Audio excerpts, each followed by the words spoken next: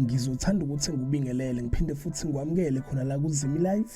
Sengiphinde ngabuya-ke futhi nezama-teaser before nje ngihlale kodabeni. Cela-ke mbukeli ungakhohlwa ukuthi-ke ulike and-ke usubscribe. Namhlanje ngizokhuluma ngama-teaser enimba, izinto nje ezibalulekile okumele uzilindele lapha kuloku inimba kwinyanga kaJune. Ngizoqala ngendaba-ke ethinta olwandle benozoleka kuma-teaser baveza ukuthi-ke olwandle benozoleka bazozwana and bazosebenzisana and-ke izinto ezobe engezinhle between yena-ke ulwandle benobaba wakhe uSydney.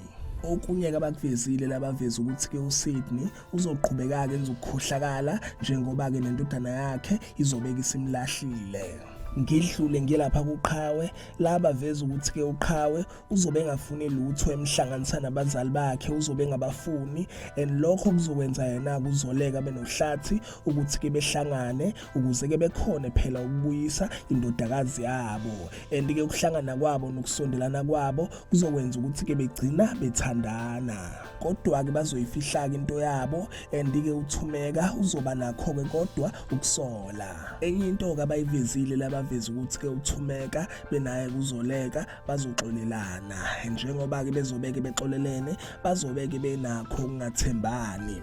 Babeke sebeveza futhi la ukuthi-ke uThumeka khona-ke imfihlo kazoyithola ngaye-ke lapha umyeni wakhe uHlathi benaye kuzoleka and-ke leyo mfihlo izomshaqisa kakhulu yena-ke uThumeka.